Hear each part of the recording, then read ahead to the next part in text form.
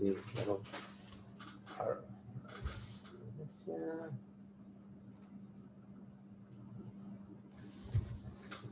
Okay, we'll try and look at this. Just turn this little around. There we go. All right, good evening, everybody. It's a great privilege to be joined here, or for me to be joining Rabbi Benjamin Elton here at the Great Synagogue Library. It's fantastic to be here in the heart of Jewish Sydney. Rabbi Elton, as everyone knows, is the Chief Minister here at the Great Synagogue, and we are going to be dealing with an incredibly important and sensitive subject this evening, that being the inclusion of the LGBT plus community within the Orthodox framework. So for those who didn't join us last week, just to understand that we are espousing, Rabbi Elton, myself, and all the other speakers in the course are espousing a form of Judaism that positions itself very much within the modern world. That on the one hand, we are trying to embrace the values and the various aspects of modernity that are conducive and consistent with Jewish values, but holding hard and fast to our traditions and to halacha in every sense of the word. So perhaps just by way of introduction, Rabbi Elton, firstly, welcome. It's wonderful to be with you this evening and to all our guests that are joining us. But maybe just a definition from your own, so because I think we all define modern orthodoxy slightly differently. Maybe you can give us a bit of your definition, and then we'll launch into the subject this evening. Certainly. Well, it's very nice to be part of this conversation. Nice to welcome you to the Great Synagogue again. As it happens, I try and avoid the term modern orthodoxy. And the late Rabbi Slack said, "Why make yourself a minority of a minority of a minority?" So there's few enough Jews on the planet, and an Orthodox Jews are a minority of that, and modern Orthodox Jews are a minority of the Orthodox. So I just try to live an authentic Jewish life and teach authentic Torah, which I think has always had to be in dialogue with the realities of life around it. So I'm trying to teach or live a relevant, resonant orthodoxy. And if people want to call that modern orthodoxy, then that's fine by me. Okay, so I'm gonna push you a little bit on that particularly, because it was I was once hosted a particular Rosh Yeshiva who was a Haredi individual, what I would call a Haredi individual, and I said to him, "Explain your yeshiva or your Haredi." He says, "My philosophy is the philosophy of Torah," which is more or less what you just said. You know, that I'm living an authentically Jewish life, but I'd imagine that people in Mea Shearim believe the same thing, as do people on other spectrums. So in what way would you consider your, lack of a better term, brand of Judaism different? Well, I mean, you have your PhD, so I should have said right, Dr. Benjamin Elton, which I think would be fair to say is unusual within definitely the Australian Orthodox context, not so much so in other parts of the world, but I think that already makes you a little bit, not God forbid a pariah, but an anomaly within the Orthodox world. Well, what's interesting, actually, just on that point, is the two other rabbis in Sydney, I think, with PhDs, are Rabbi Slavin and Rabbi Solomon of Moriah. And they're both Chabad and would not consider themselves a modern Orthodox as a label. I'm a great believer in pluralism within Orthodoxy. And that there are many different equally valid approaches within Orthodoxy, and it really comes down to what resonates for you, whether it's Hasidic or Neo-Hasidic, whether it's drawing on Sephardic traditions or Ashkenazi traditions, whether it's more rational or more mystical. These are, or from a sort of German Hirschian perspective, or more a religious Zionist perspective, Rav Kook or Rav Lichtenstein. These are all equally valid positions, and honestly, we're all the result of our experiences and our backgrounds, and the teachers we had, and the ideas we were exposed to, or we searched out and found. And I think I'm a sort of consistent, I think, and a synthesis of the ideas that have attracted me, and many of those we call modern. And lead to a sort of modern Orthodox approach, looking to increase the role of women within halacha, an openness to secular studies, which is often called modern Orthodox. But it's not for me to compare myself to the Rambam, but the Rambam had a position which other people opposed. His was more open to surrounding ideas, others were more closed. But I wouldn't define the Rambam as this or the Rambam as that. So for those who didn't hear my opinion last week, I'll just, where I don't think we would disagree.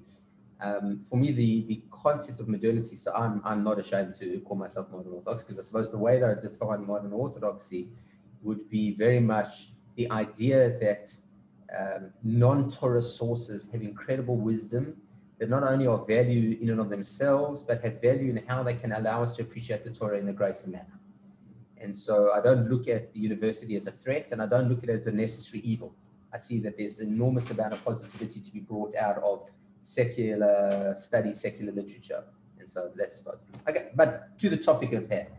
So the LGBT community has come a long way in Australia in particular, but in the world, in the Western world in general. And that being said, the Orthodox community is definitely not seen as a natural home for those who identify as part of the LGBT community. One thing I think it's important to note is that even those of us that are not part of any community, we often lump people together.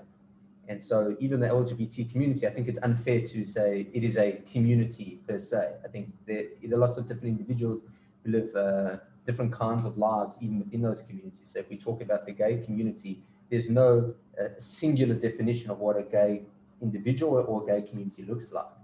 But that being said, I think the Orthodox is not seen as a natural home. In fact, I think it is generally seen as quite antagonistic by design, because there are verses in the Torah which explicitly prohibit male and male sexual activity.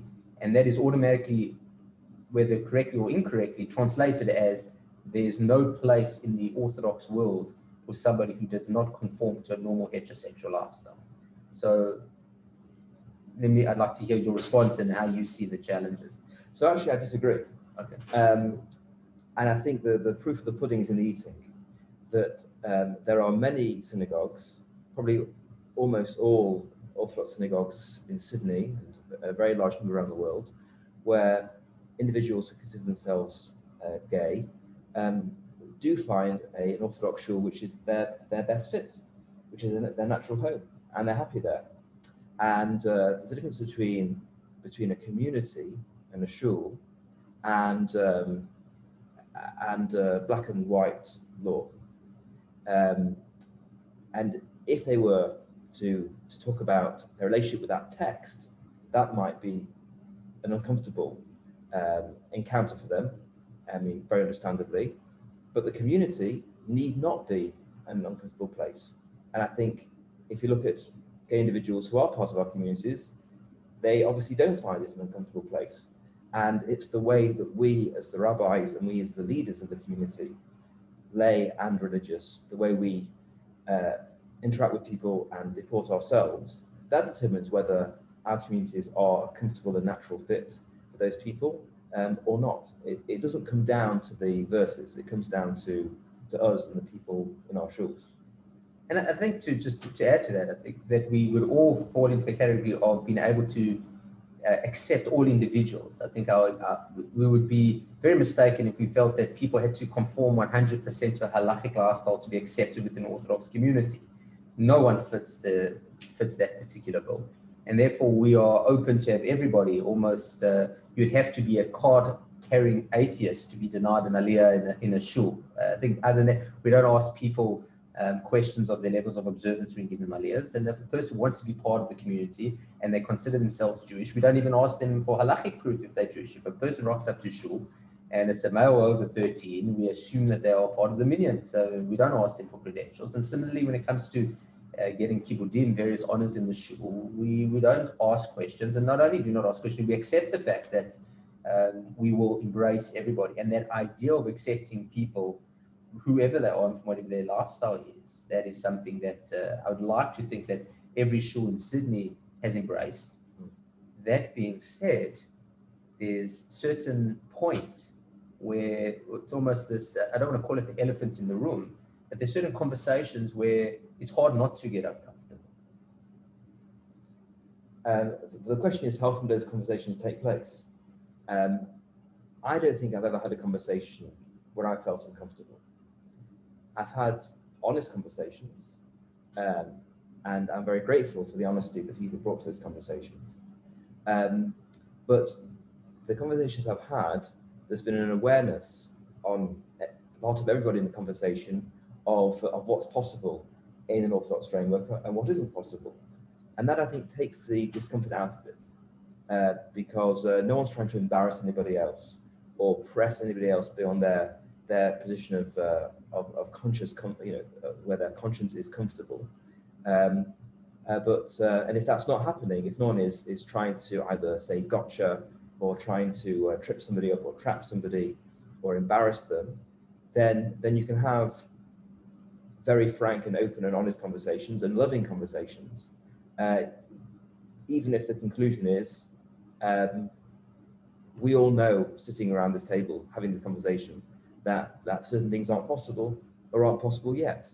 And I think those sorts of difficult conversations, very frank conversations, are important between a rabbi and any congregant, and it could be on a whole variety of issues. And I think part of the rabbi's job is not to be uncomfortable, is to be able to accept whatever people come and tell them, and speak to people and meet people where they are, and provide whatever help that rabbi can.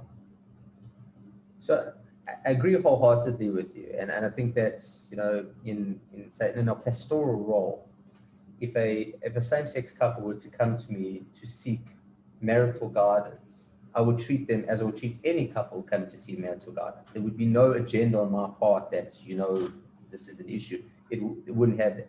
That being said, is that we have this sort of point where the equality that we want to grant our members, to say that every member of an Orthodox synagogue is welcome and agreed, there are going to be certain lines.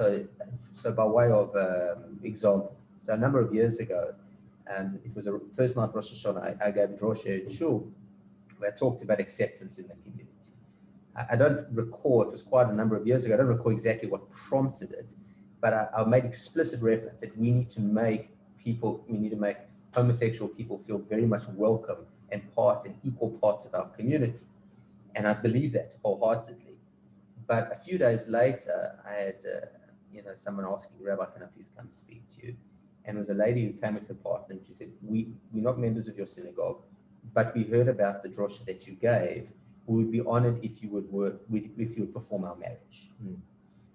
So that is where I talk to the discomfort. The discomfort where we get to a point of saying, listen, you guys are welcome to come to my shul, and you're every much part of the community. But then there's always the but. And that's, I suppose, the discomfort that within the Orthodox world, and I think this is where I'll still use the term the modern Orthodox struggle, because we want to accommodate as much as possible. So if you're on the extreme right, so telling people no is easy. You know, you can't do that. You can't, if you don't keep Shabbat, you can't get Aliyah. If you don't keep Halacha, you can't do. It's very easy for those who are on the extremists to say everything's out. And for those on the progressive left, everything goes. You know, so whatever you want is pretty much, you know, we can make an accommodation.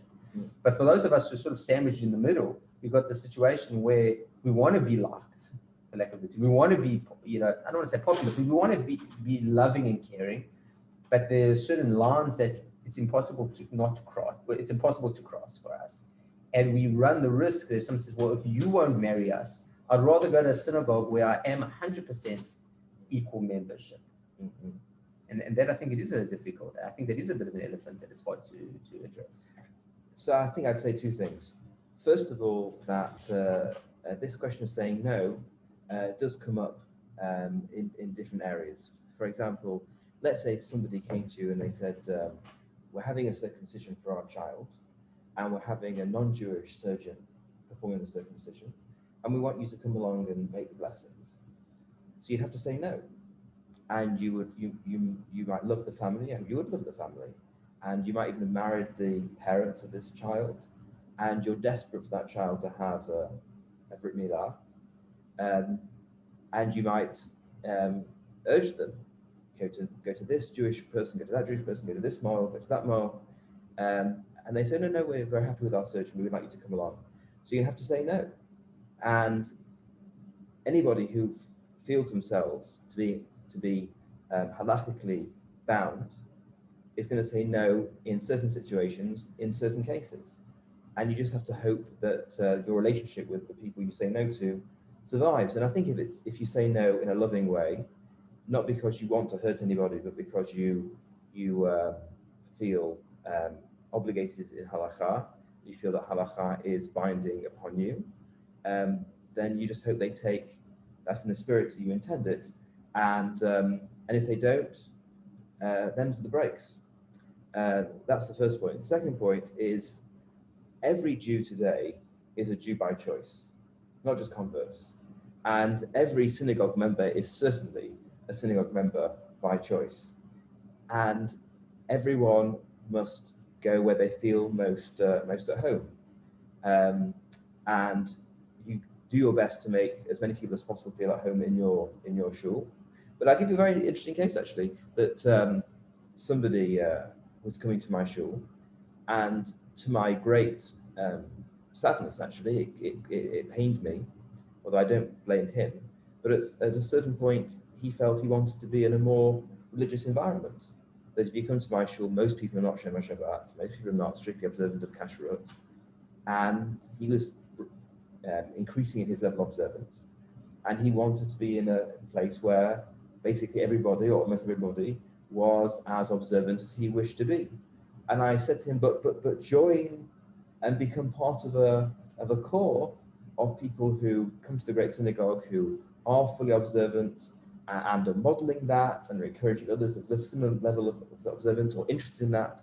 So he said, no, I think I really need to be in an environment where that is the norm and not the exception. I don't want to be an exception, unusual in my observance. I want my observance to be standard in the place I daven. So he went to a place where that was true, and that's a shame. Shame for me, and possibly a shame for him as well. But it's his choice, and he's autonomous, and everyone's autonomous. So I heard a very interesting speaker, Sharon Joffe Berger, speak several years ago, and she said people have to go, vote with their feet and follow their consciences. And her argument was, as a Reformed Jew, people who are egalitarian should just go to a Reformed synagogue because that's where it's egalitarian. I think it's more complicated than that, because a community or a shul is a sum of its parts. Its policies on women, its policies on LGBT, the style of the service. It's a whole conglomerate. You can't narrow it down to one issue, which is basically right. People should find the place where they feel most at home, most comfortable, and that's where they should be. And you just have to respect people's right to do that. No one shul is going to be the right place for everybody. And if you try and make it that, then you'll just become a sort of like a smashed mosaic of an institution. But you can work to make it as inclusive and therefore as attractive to as many as possible. Yeah. So let's try, flush out a few, case studies of different issues that may come up and how we address them. One is membership. So membership, different synagogues are operated. I can talk about my own synagogue, that we have what is called a family membership. Now, the family membership is usually made of a husband and a wife and all children under a particular age. So how does one address when a same-sex couple wants to join up as a family membership? Now, just so we can appreciate that there are going to be two broad issues that are dealt with in Jewish law, and this is, I suppose, in all areas of Jewish law. You've got the strict law, and then you've got sort of, we can call it the spirit or the atmosphere of the culture, the traditional elements that are associated with it. So by way of Shabbat, so on Shabbat, can you put your TV on a time switch the same way as you put your air conditioner or your hot plate? So the answer is technically yes, but there's an essence of Shabbat you're trying to keep. So if on the one hand we're saying that as Orthodox rabbis we cannot perform a same-sex marriage, and that is beyond our ability. So can we recognize a same-sex couple as a couple and a same-sex family as a family? And that creates and it's not talking about the fees per se, that we can work around, but the structure, that if two men or two women want to come and join the community, can we recognize them as a family? And just to move on from that, if said family now wants to celebrate their, every other family commemorates their anniversaries with the Kiddush, so this couple also wants to commemorate their anniversary, can we allow those? I think this is now, we're not in halachic zone. There's no halachas about who can and cannot sponsor a kiddush and who can or cannot be a member of a synagogue. It really comes down to the point is this messaging consistent with Orthodoxy, or is it not consistent? And I'll just be to be frank and open with the audience. These are a lot of the struggles that I personally have, because I'm not on the right that I can just say, listen, it's finished. It's something I struggle with, and I don't have a good answer for it.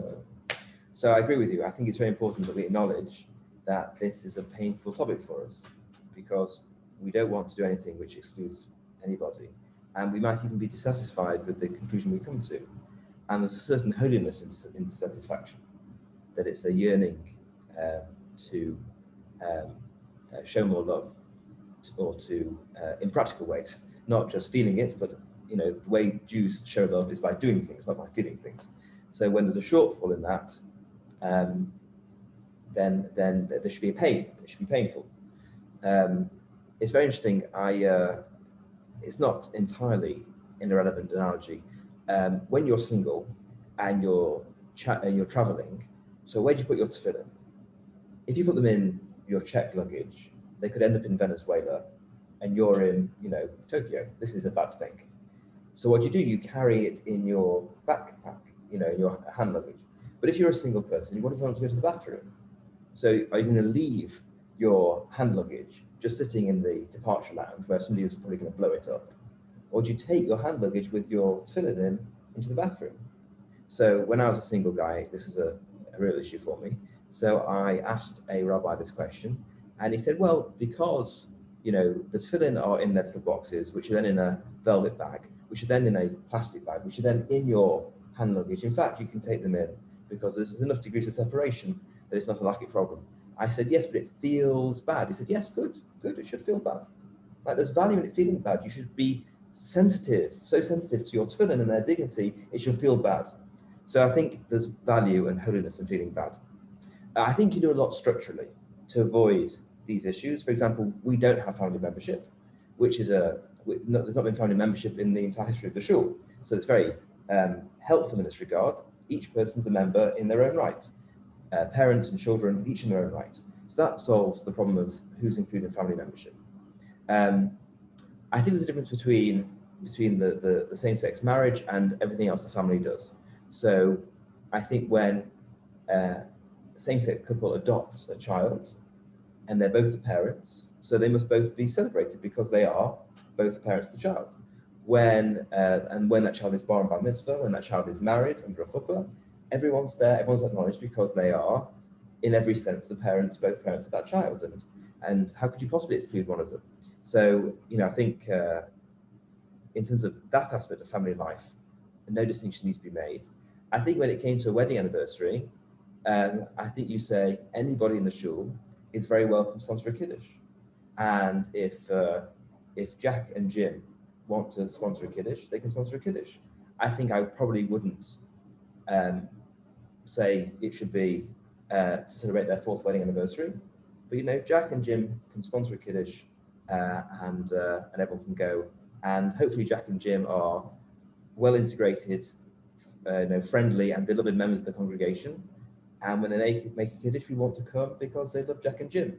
So you don't, in an Orthodox context, you don't draw attention to the precise cause of that kiddush, but I think the kiddush itself is not a problem. But aren't you just deflecting there? At the end of the day, if a heterosexual couple were to be sponsoring the kiddush, at the end of the announcement should be thanking Mr. and Mrs. what we are sponsoring on honor of their 50th anniversary, and also thanks Jack and Jim for sponsoring the it's to a certain degree, it's discriminatory without explicit. It seems to be obvious, and if I was, in the same-sex relationship, so listen, there's discrimination happening over here. Yeah, there will definitely be a difference, and that's what should be painful to us.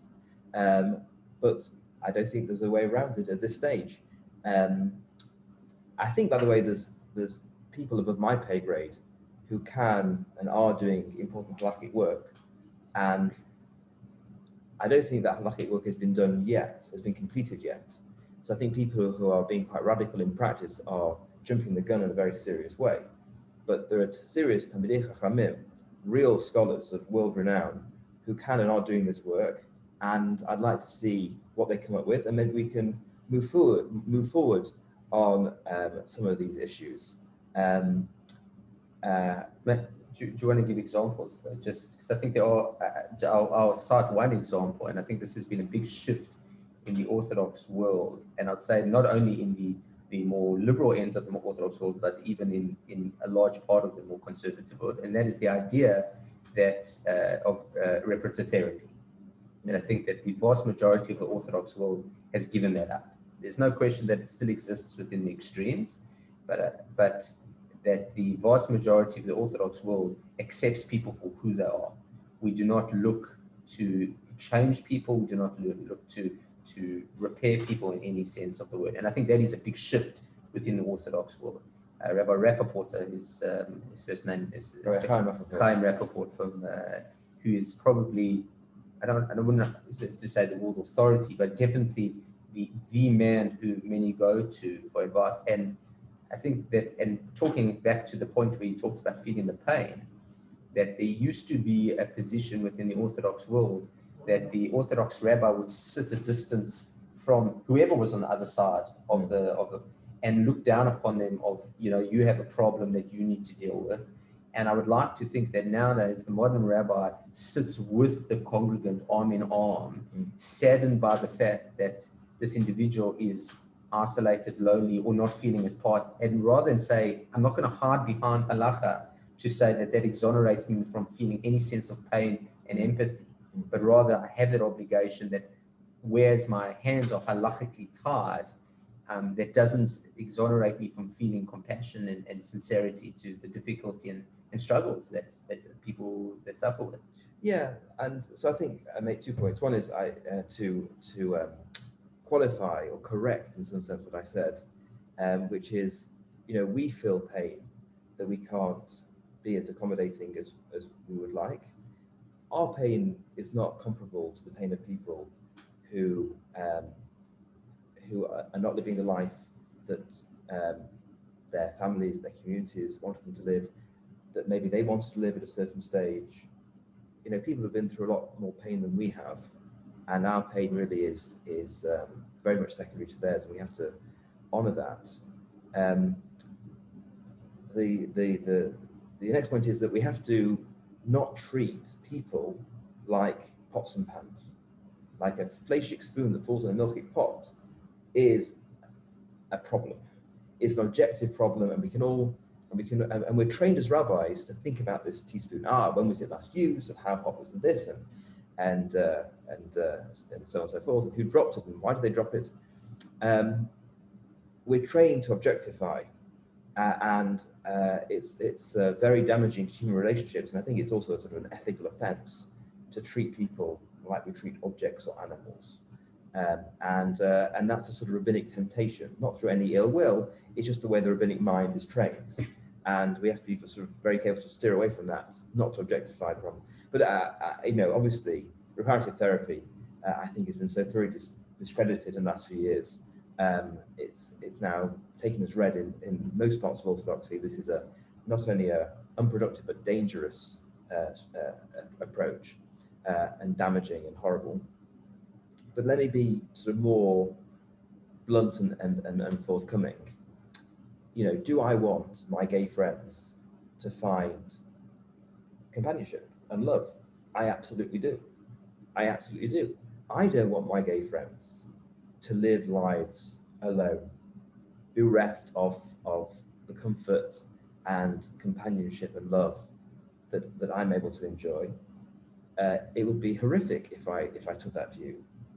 And so actually I want them to partner. I want them to find partners. Now, what they do with those partners is a different topic entirely. But in my more radical moments, and Solomon Schechter, somebody said to Solomon Schechter once, Dr. Schechter, I don't always agree with you. He said, I don't always agree with myself. So I don't always agree with myself, but there's an element in which I would say, why can't we celebrate just the partnership? Why can't we just celebrate the fact that Jack and Jim have found each other and love each other and are looking after each other through life? And we don't even have to think about what else they do. We don't think about anyone else does particularly, but and it's not somebody once said to me, you know, oh, that's just like self-delusion or viable deniability. I don't think it's that at all.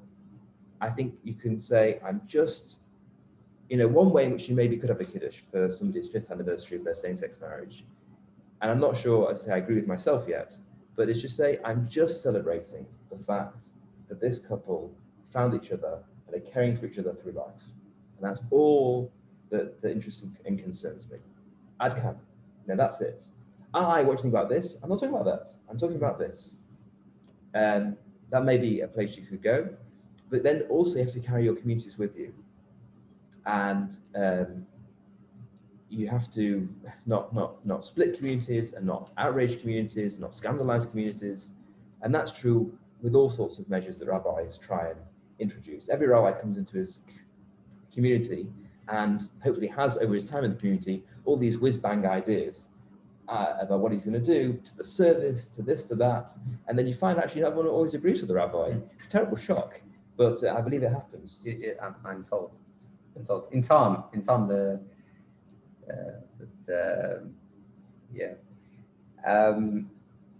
so I think that you draw a point which you keep coming back to, which I think is crucial, and that is the human element. That it's for so long, and no doubt in a generation's time, we're going to look back on the rabbinate of today of feeling how insensitive we were to certain positions, and the inability for people to be able to see the humanity of those with whom we disagree. And I think that is a challenge for everyone, but the rabbinate in particular, that if someone is coming to you with their deep longing for companionship, and that is something which I've dealt with on a number of occasions, and no doubt you have as well, the deep will and hope that the person can find a relationship, a nurturing, loving relationship, because I think it would be futile for me to think, I hope they find a girl who turns them right, or a God. It's not even that.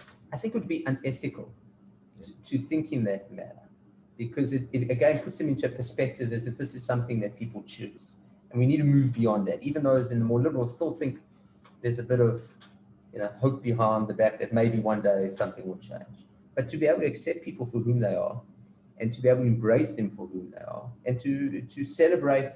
So if someone comes to me and says, I'm getting married to my partner, to be able to embrace the simcha, the genuine simcha that is. But even though understanding that that's not necessarily consistent halacha. So a different example, but similar. So when a grandparent calls me that his son has married out and he's just had his first grandchild, so it's a feeling that I have, that I acknowledge the fact that there's a lot of simcha happening for you. You've got a grandchild. That's a lot of simcha. The grandchild's not Jewish, so it might not be a celebration for the community. But I can't say, well, it's not Jewish, so therefore nothing to talk about over here. Why are you happy? It's his grandchild. So I don't want to use with all our mashalim, all our different examples to somehow draw that these are exactly the same. But I do think there's an element that being able to have this ambivalence of great happiness on the one hand, but understanding on the hand, even though maybe it's not conducive with the prototypical Jewish experience. That being said, there's a place for it. And I think that's the important part. There is a place. Is there a place in Orthodoxy for people who are not compliant with the prototypical Jewish? And the answer has to be yes. There is a place, and it is a place that Hashem wants as well. Yes, the working on the basis is there's no such thing as orthodoxy. Working on the basis that what's orthodoxy for we who are Orthodox? It's just Judaism. We regard Orthodoxy as embracing all authentic varieties of Judaism. Orthodoxy is a name that those outside Orthodoxy give it, and we've adopted for ourselves. And therefore, how can it be that anybody doesn't have a place in Orthodoxy? Because this is Judaism, this is a Jewish community, and every Jew belongs here. So it goes without saying that every individual belongs inside the Orthodox Jewish community, and that's the starting place. I mean, just touching on this question of marriage and heterosexual marriage, I would very seriously counsel somebody who believed they were gay against marrying somebody of the opposite gender. If they came to me and they said, I've decided to marry for practical reasons, then I'd definitely tell them, you mustn't do this.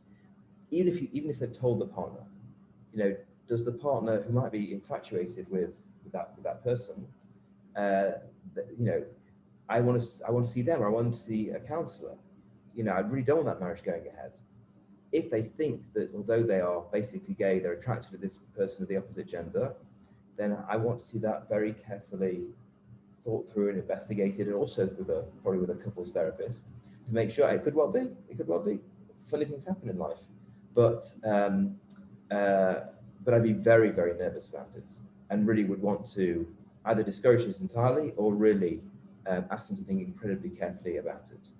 Okay. So let's move to a slightly different topic, and that was a few years ago, we had the question of the same-sex postal vote, and a lot of pressure was put on the Orthodox community from both sides. So the more progressive arm of the community was saying that we as Orthodox rabbis should be saying, we should be telling our congregants to vote yes. And the more conservative elements within the rabbinate were saying we should be telling our congregants that they should vote no. So how did you address that at the time? As I recall, I quoted the Chofetz Chaim. The Chofetz Chaim was asked in the 1905 elections for the Duma in Russia. He was asked, who should we vote for to be good for the Jews? And he said, don't vote for who will be good for the Jews, vote for who will be good for Russia. Because when you're voting in Russian elections, you must vote for the sake of Russia. That's the context. And I said that people should vote for what they think is good for Australian society. And if they think it's good to have same-sex marriage, they should vote that way. And I think it's good not, they should vote the other way. But I don't think actually that civil marriage is a religious issue. That's why it's called civil marriage. And but one thing I am very nervous about is Jews denying civil rights to other minority groups, not just practically, but also ethically. We read in the parasha yesterday, don't oppress the stranger because you know what it's like to be a stranger. Don't deny civil rights to minorities because you know what it's like to be a minority denied its civil rights. I think there was the conservative part, group within the Orthodox community felt that if we legitimized same-sex marriage, it was as if we as a society were saying that Judaism is okay with this. Despite the fact that there's a deep separation between church and state in Australia, it seems that certain people within the community feel that there isn't one, or that there shouldn't be one. I mean, our approach, or my approach, which was, I think, not too dissimilar to yours, but it was dealing with the question of is civil marriage a halachic question? So I felt it wasn't a halachic question. And the reason I felt that it wasn't a halachic question is because if somebody marries somebody who they're halachically prohibited from marrying, so a Kohen marries a divorcee, or a Jew marries a Gentile, these things are halachically not acceptable, but nevertheless they are granted all the civil rights of every other married couple. And we would not lobby to make those marriages illegal. Correct. We would accept them, and we have always accepted them. So we would never say, so that if there's a couple in a committed relationship, they should, be granted the same civil rights as every other couple, regardless. It's not a religious question. I mean, I suppose my rabbin, the way they were taught, was that the rabbi never has a political opinion from the pulpit. So I recall in 2005 when there was the question of the Hitnatkut, which was the Israeli withdrawal from Gaza. So there were a lot of rabbis, had very strong opinions on whether we should or shouldn't pull out. And Rav Lichtenstein, my Rosh Yeshiva, was asked in a long article in the Yediot, so one of the major Israeli newspapers. And he said, listen, I'm not an expert on this topic. If you want to make a decision, this is not a halachic question. You've got to go and ask the experts, ask the leaders of the army and the security forces and the like, and then you've got to come up with your own decision. But that the rabbi should dictate to his congregants on how to vote, I think that's an issue. That being said, I think that the pressure on us at the time was equal on both sides. I think there were very much pressure on us that this was a moral question of the day. And as rabbis, we were failing to stand up for the moral civil rights of the LGBT community. And I think that was something which I struggled with, because I heard the argument there. But the things with referendums, or at least when you've got yes or no answers, is often the answers to particular questions are a lot more complex than yes or no. Yeah, I don't think it's a flippant for me to say what I'm about to say. You know, at some point there'll be another referendum about the republic in Australia. Should we weigh in about whether there should be a republic? I mean, you could say that Judaism has views on monarchy. What they are is sort of more complicated. You know, the Abarbanel, when he reads the book of Samuel, thinks monarchy is a very bad idea. Other people think that monarchy is supposed to be a good idea. And Jewish thought to the Messiah will be a king. But Judaism certainly got views on monarchy and republics and so on. So should we weigh into the public debate, or do we say, vote the way you believe will lead to a good outcome for Australia? And that's what I said about the same-sex marriage referendum, and that's what I think we should say in all political matters.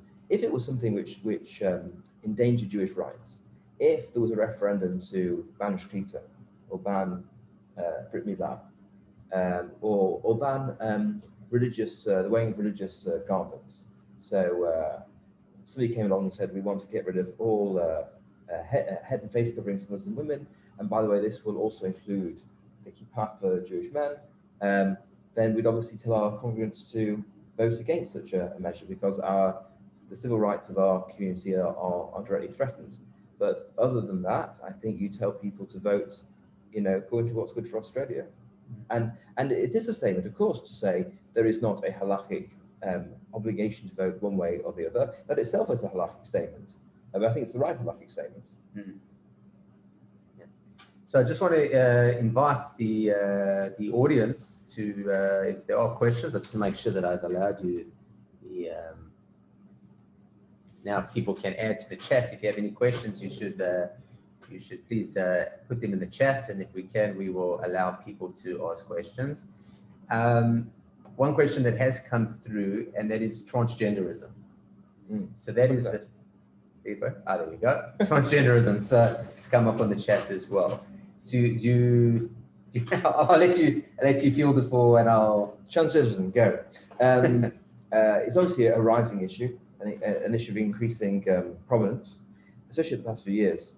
Quite considerably, and again, there's very interesting work being done. I heard a suggestion made recently that women who transition being men should be given aliyot, because I think you heard it from me. Oh, really? There was a conversation earlier this week. So I'll tell you what you told me. Okay. Which is that if the reason that women don't generally receive an aliyah in Orthodox shuls is because of this concept of kavod tzibur, of honor the dignity of the congregation, which is a very uncertain term, we don't know quite what it means.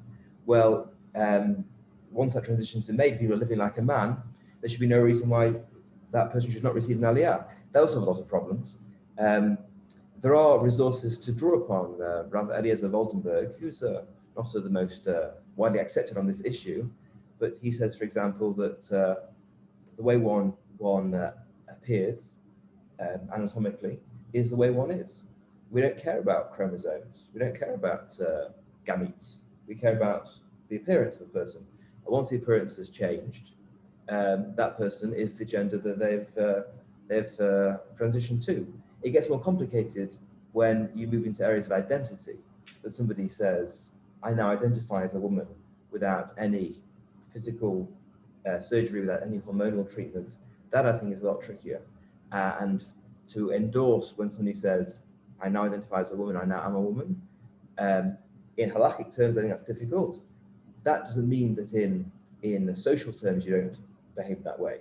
So if somebody says, "I now regard myself as a woman," then I think you obviously regard, in all interactions, regard them as a woman, speak to them as a woman, use female pronouns, you acknowledge it in every social and personal sense.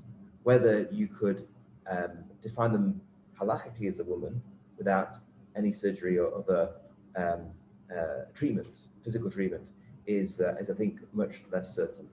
But actually, the last point I make, a lot of dealing with people who have transitioned in gender is about basically politeness, I think.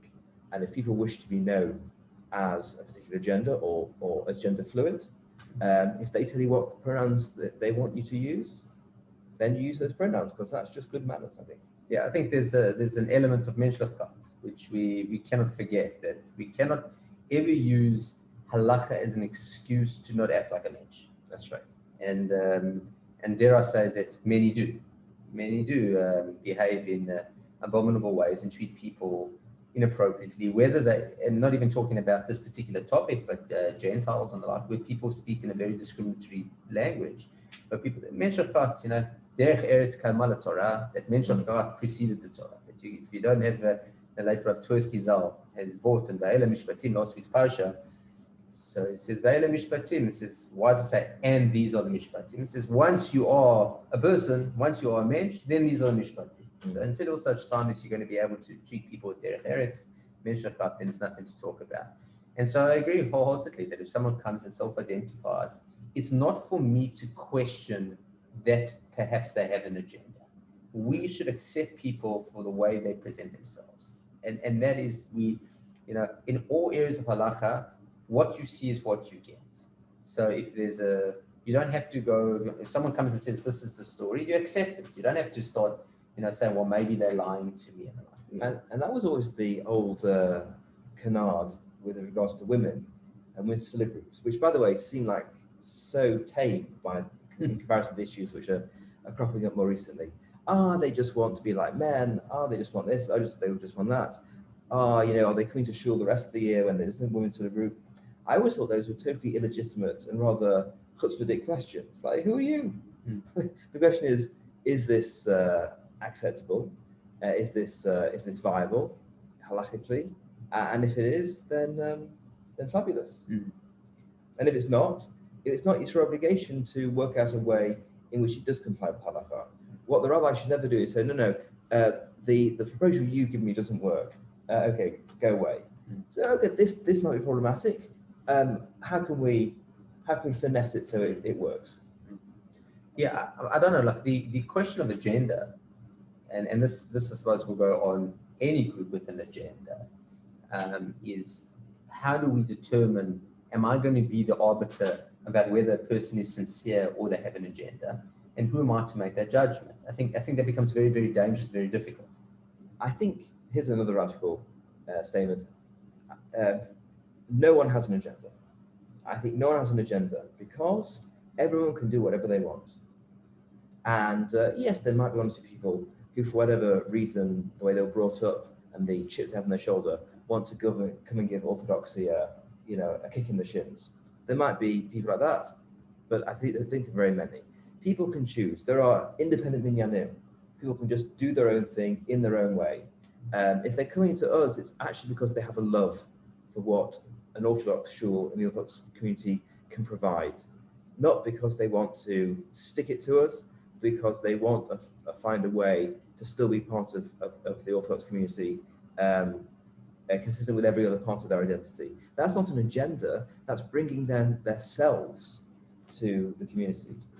So I need to digest it a bit because I'm not sure I agree with it. I do believe that there are agendas, and I'm just not sure. I'm not sure I'm able to ascertain whether this is an agenda or not. So I would hold judgment on a particular case. I would hold my judgment and say, I don't know whether this person's agenda. I think the agenda is when the goal isn't the objective. The goal is the fight. That it's more about the fight than it's about the outcome.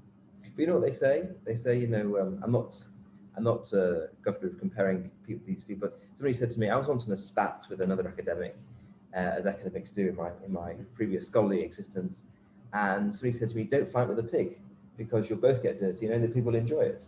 So if somebody comes to you for a fight, don't fight. You say with love, this is possible and this isn't possible. Your mind doesn't go to the place of thinking about their agenda, because that will just get you into the fight. You just talk about what we can, what's possible, and what's possible that they haven't thought of yet. But you have thought of, and you can. And if they still say that's impossible, that's terrible, that's discriminatory, you say, it pains me that this is the way I encounter as concluded, and come back when you want to discuss further. All right, so we have a number of questions here. I'm just going to go through some of them. Some of them are simple and some of them are a little bit more complex. Okay, can a homosexual person be buried in a Jewish cemetery? Absolutely. I don't think there's anyone who says not. My only knowledge of any real histories about questions of people being buried outside the cemetery were people who were consciously and deliberately against the community. People who, just were not compliant with whatever communal standards are, would not be buried outside. You'd have to be something that was a deliberate decision made. But isn't it fascinating that question was asked, that there's still a thought I think that's the case? I think that's the sad, scary reality, is that so many people believe that if you have a tattoo, you can't get buried in a Jewish cemetery. If a person, Rahman Atzam, takes their life, they can't be buried in a Jewish cemetery. A person who marries out of the faith can't be buried in a Jewish cemetery. So a lot of this does still exist. People still won't donate organs because they believe that that it's against the Torah to donate organs. All of which, even if they are held by very minority opinions, and nevertheless somehow old habits die hard. And so there are these. It is sad that this exists, but the fact that the question is asked is still very good. Okay, I'm just going to try to scroll to the top. Questions. Okay, I'm looking for questions, not studying. If a married gay couple come to shul, is an issue of who is the head of the household. I'm not sure why that would be relevant. Also, would both be accepted in a minyan? So absolutely. Again, the definition of a minyan is male over bar mitzvah. And we do not ask any more questions than that.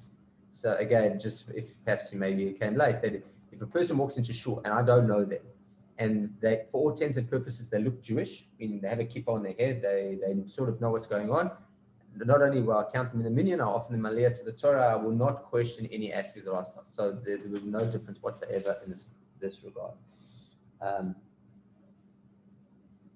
So if a homosexual couple were admitted as a couple family, wouldn't it, so to speak, permit living together be issur? So the question is, would we not be if we allowed family membership of a same-sex couple, would that not be a shul statement of we consider this a legitimate thing? I think that is the gray area, which is that really the issue here? So Rabbi Elton, you talked about the fact that you've alleviated the issue by not having that family membership. I think the question from the shul point of view is that, is it, the shul is very clear, and this is something which I suppose is difficult, is that there's the administrative arm of the shul and there's the religious arm of the shul. So when it comes to paying fees, that's the board, the president, that's their problem. It's not my problem. So if a person hasn't paid fees for months and months and months and months, and then the president comes to me and says, we cannot give this guy an aliyah because he hasn't paid his fees. So I says, listen, that's not my problem. My problem. Or you can't do this guy's funeral because he's not a member of the shul. These are not I'm in the halach. I work for the Jewish people. My current employer might be Kilat Masada, the great synagogue, but that's not who I work for. I work for Hashem and the Jewish people. So you've got money issues with them, take it with them. So membership is that interesting element. Is it on the rabbi side? Because the rabbi has to sign off on every membership. I'm sure you as well. You got to sign off you have to prove that the person's Jewish and the like. But it's really about fees. So that's what it comes down to, right? Like a person can come to shul all the time without being a member, but it's about, are they going to pay dues? So it is that gray area. And so you can get around it, which is good, but it doesn't solve the question. But I'm not sure a problem you don't need to answer is a problem anymore. In what sense? So let's not deal with that question. Let's find a way not to deal with the question. Okay, I think that is a wise response. Okay. So I see a lot of us two saying. So there is a question. I'd love to hear Leora's question. I don't know what Leora's question is. Leora has raised her hand, it says. Okay. So Leora's raised her hand. Let me find Leora and I will unmute her. Okay, Leora, I will unmute you and I will unpin myself before you speak, just so that I can allow you to unmute yourself, Leora. Yeah, all good. Okay, I write my question. Give me 2 seconds. I just want to unpin myself so I can unspotlight myself. Yeah, go for it. Speak away. Thank you for allowing me to speak, and also thank you for having this conversation. I think it's a very difficult conversation for both modern Orthodox authorities and also people that are in the Orthodox community and in the LGBT community. So it's good that we're having this conversation. I picked up on, I think you both kind of raised this idea of, obviously there's halachic issues, and I acknowledge where Orthodoxy can't move beyond them, but where there's communal issues and this idea of same-sex couples not being conducive with the Jewish experience. And I also read in the chat, basically, I can't really, it doesn't compute with me how my experience living with another Orthodox woman that is Shomer Shabbos, Shomer Kashrus, we're communally involved, we're members of many different communities. How is that not conducive with the Jewish experience? I'm not sure. I don't recall the statement that I might have made. Rabbi Elton, do you recall? Leora, maybe you could just... I think that's something you may have said. Something I may have said. So please, I don't recall what I said. So maybe you could just...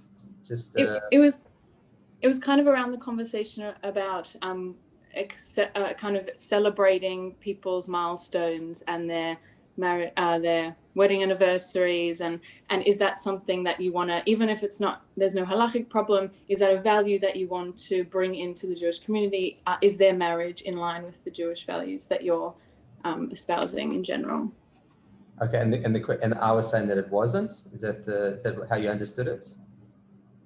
Yeah, you kind of use the idea of not really saying like we're celebrating the marriage of, and kind of not being sure about whether their lifestyle is in line with Jewish values and the Jewish experience, but not that they got married. Okay, so all right, so I'm just gonna mute you again. So you can put your hand up again if you know. All right. So if I understand that correctly, I think I was sharing my own personal difficulty and challenge in dealing with the topic, because I do think there are, Orthodox, there are very real, legitimate experiences by people whose lives are very different to my own, and who am I to judge them?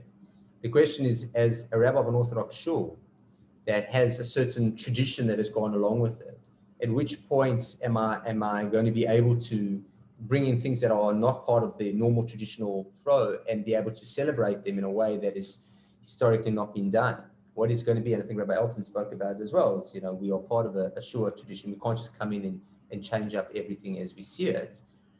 But that being said, is we can't delegitimize the genuine experiences that people are having.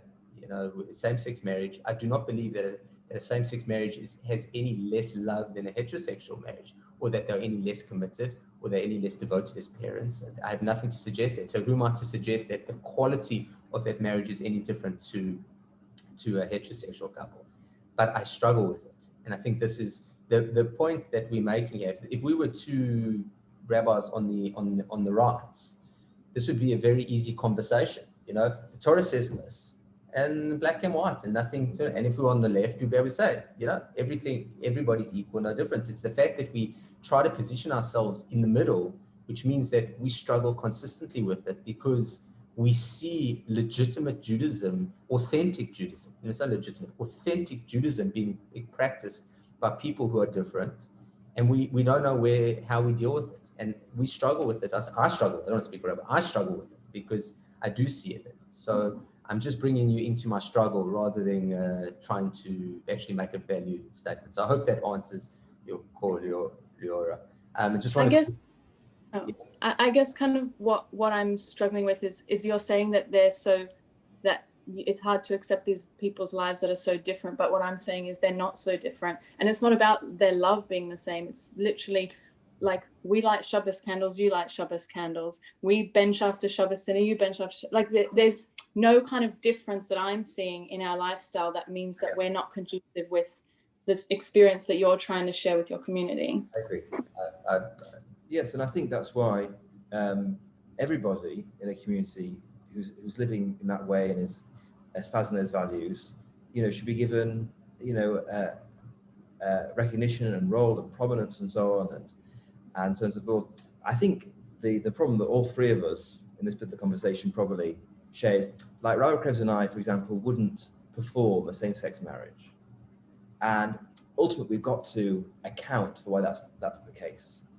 There are some Orthodox rabbis in the world, very few, who would do so. This isn't a problem for them. But for those of us who wouldn't perform a same-sex marriage, if we're going to be totally honest, we have to account for that. So the way a couple lives once they are married or once in a relationship may fully uphold the values of Orthodox Judaism, but the fact of the marriage itself, that actual event, that formal coming together, is something we wouldn't perform. There must be something which we don't regard as something we can do as Orthodox rabbis. I think that's what we're talking about essentially. Does that make sense, Julia? Yeah, so I understand where there's halachic barriers, but where there's communal barriers, I'm a bit less sympathetic, because I feel like they can easily, with a bit of work, they should be much more flexible. Yes, and I think, you know, when there's a fait accompli of a couple who are in a loving relationship, maybe bringing up a family and are contributing to the community, then both of us put the formality of that sort of contract aside, and we just talk about people and families and relationships. Yeah, absolutely. All right. So just looking if there are any other questions along here.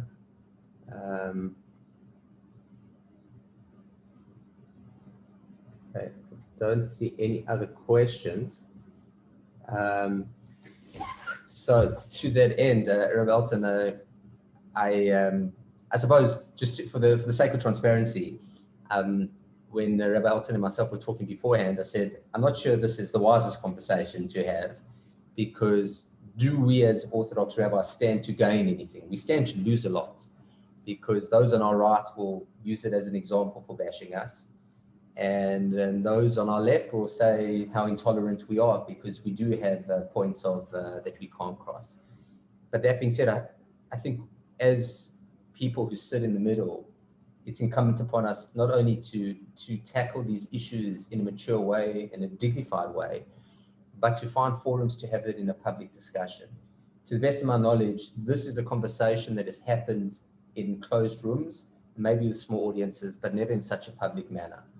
And so that is scary. And recorded, no? And recorded for prosperity. So it is difficult, and I've been nervous with a lot of the conversations we'll be having over the next few weeks.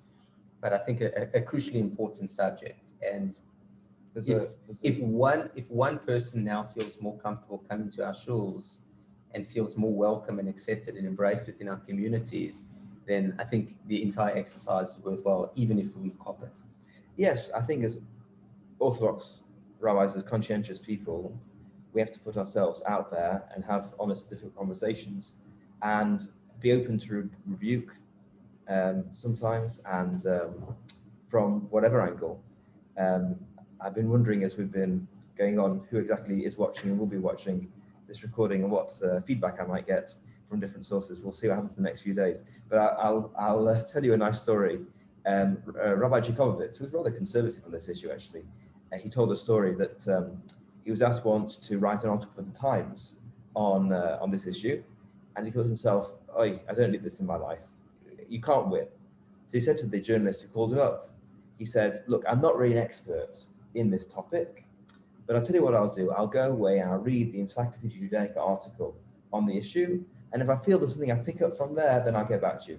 And he read the whole article, and looked at the author at the bottom, it said, Emmanuel Jakovovitz.